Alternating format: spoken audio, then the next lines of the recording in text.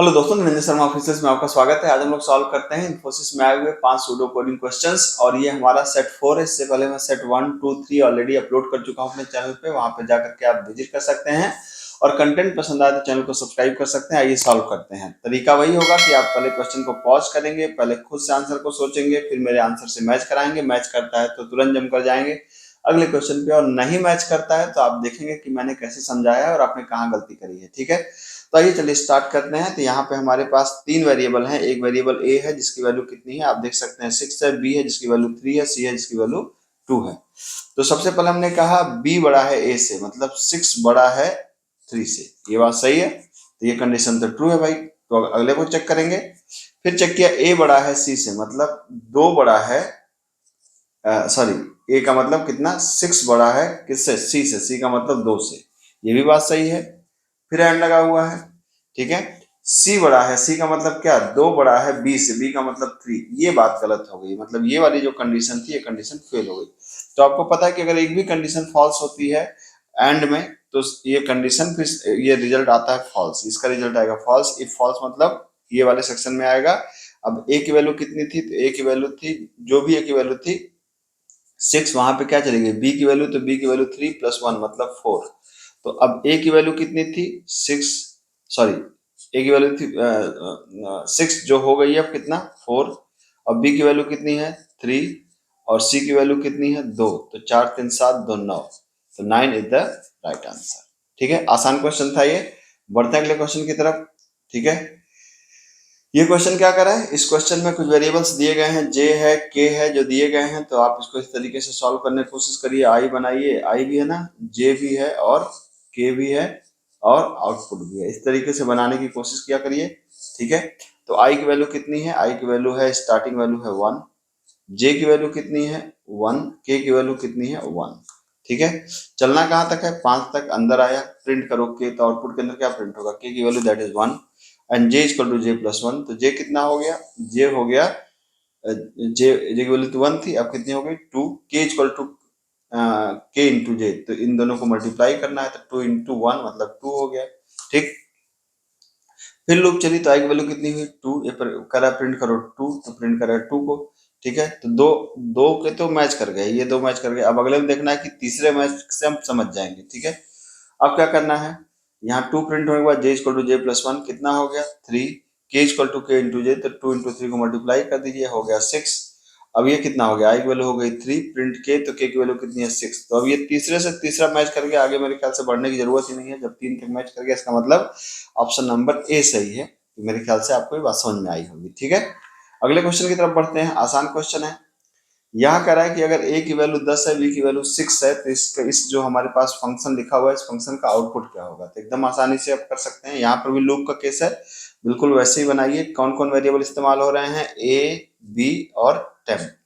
तो यहाँ पे बनाइए a, यहाँ पे बनाइए b और यहाँ पे बनाइए टेम्प, है ना। अब a की वैल्यू कितनी दी गई है पहले से 10, b की वैल्यू कितनी दी गई है 6, और अब वाइल बी का मतलब जब तक b की वैल्यू है, तो वैल्यू है, सही बात है। कह रहा है temp equal to a mod b, तो 10 mod 6 मतलब 10 mod 6, तो कितना आएगा, आप 10 को 6 से डिवाइड करेंगे, 1 टाइम जाएगा, बचे कितना 4, तो यहाँ पे 4 आएगा। ठीक, फिर a is equal to b, a के अंदर क्या आ गया b की वैल्यू, तो ये आ गया 6 and b is equal to temp, तो b के अंदर आ जाएगी टेम्प वाली वैल्यू, ये वाली वैल्यू, तो यहाँ पे आ जाएगा 4। फिर लूप चली, क्या b है, हाँ है, temp equal to a mod b, तो ये हो गया 6 mod 4, तो जाहिर सी बात है 6 को 4 से डिवाइड करेंगे तो रिमाइंडर कितना आएगा 2 आएगा। ठीक है, फिर से वही चीज, क्या b है, हाँ है, तो a के अंदर b मतलब आ गया 4 और b के अंदर टेम्प मतलब 2। फिर 4 mod 2 कितना आ गया 0। जब 4 mod 2 0, 4 mod 2 0 समझ रहे हैं ना, यहाँ पे 2 2 जा 4, बचा कितना 0, तो ये 0 आ गया आपका। तो वाइल, अब यहाँ पे क्या हो गया, टेम्प के अंदर तो 0 आ गया, उसके बाद क्या हो जाएगा a इक्वल टू बी, तो a के अंदर क्या आ जाएगा b की वैल्यू, और b के अंदर आ जाएगा टेम्प की वैल्यू 0।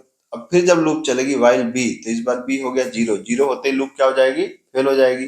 अब जब लूप फेल हो जाएगी तो a की वैल्यू को रिटर्न करो, तो a की वैल्यू कितनी आ रही है, a की वैल्यू आ रही है 2, तो यहाँ पे आंसर होगा 2 इज द राइट आंसर। मेरे ख्याल से आपको समझ में आया होगा। आइए बढ़ते हैं अगले क्वेश्चन की तरफ। ठीक है, इस क्वेश्चन में बहुत ही आसान क्वेश्चन है, एक थोड़ा सा कंफ्यूजन होता है। क्या होता है कि यहाँ पर j को इनिशियलाइज नहीं किया और j को दे दिया है। एकदम आसान है। जैसे यहाँ पे आप यहाँ पे आई बना लीजिए, यहाँ पे जे बना लीजिए, यहाँ पर के है और के की शुरुआती वैल्यू दी गई है कितनी 6, यहाँ पे आप देख सकते हैं। तो कह रहा है फॉर आई फ्रॉम 1 to 1, मतलब 1 to 1 मतलब 1 चलेगा। J equal to I, J equal to I, तो आई की वैल्यू कितनी है 1 टू जे। तो अब जाहिर सी बात है कि जब जे इक्वल टू आई हो गया तो जे की वैल्यू कितनी हो गई, जे की वैल्यू आई मतलब 1 हो गया, तो जे की वैल्यू 1 हो गई, तो 1 से 1 तक ही ये लूप टेक्निकली चलेगा। प्रिंट के प्लस 1, तो के की वैल्यू कितनी है 6, तो 6 प्लस 1 कितना हो जाएगा 7। जैसे ही जे की वैल्यू 2 होगी लूप फेल हो जाएगा, फिर ऊपर जाएगा तो आई की वैल्यू 2 होगी तो लूप फेल हो जाएगा, तो फाइनली के की कितनी वैल्यू प्रिंट होगी 7, and 7 is the right answer, है ना। चलिए अगले क्वेश्चन की तरफ बढ़ते हैं।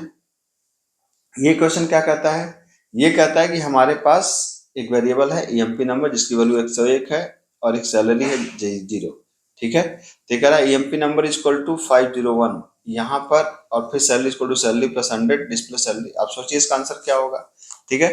ये थोड़ा सा ट्रिकी क्वेश्चन है, समझने वाला क्वेश्चन है, यहाँ पर ध्यान देने की जरूरत है इस जगह पर, ठीक है। ये कह रहा है ईएमपी नंबर इक्वल टू 501, तो यहाँ पे ईएमपी नंबर के अंदर 501 असाइन कर रहा है। EMP number is equal to 501, मतलब ये कह रहा है कि ईएमपी नंबर की वैल्यू कितनी हो जाएगी 501। तो इसका मतलब ये वाइल 501 ये हो गया। और वाइल 501 का मतलब क्या है, यहाँ पर ईएमपी नंबर की वैल्यू लूप के अंदर अपडेट हो रही है क्या, नहीं अपडेट हो ही नहीं रही है। तो इसका मतलब कि वाइल 501 मतलब ये क्या चल जाएगा, इनफाइनाइट लूप चल जाएगा। इसका मतलब क्या होगा कि अ, अ, ये है ना कि successfully and value of salary is displayed infinite number of time. भाई सैलरी तो बार बार प्रिंट होगी लेकिन कब तक, इनफाइनाइट नंबर ऑफ टाइम। क्यों, क्योंकि वाइल 501, तो ये कभी लूप खत्म ही नहीं होने देगा, ठीक है। 501 अगर अपडेट होता तो लूप खत्म हो जीरो तक पहुंचता, तो लेकिन जीरो तक पहुंचेगा ही नहीं, तो ये इनफाइनाइट टाइम तक आपको चलता रहेगा। मेरे ख्याल से आपको सारे क्वेश्चन समझ में आए होंगे, सारे आसान क्वेश्चन थे। कंटेंट पसंद आया हो चैनल को सब्सक्राइब करिएगा। मिलता हूँ, थैंक यू सो मच।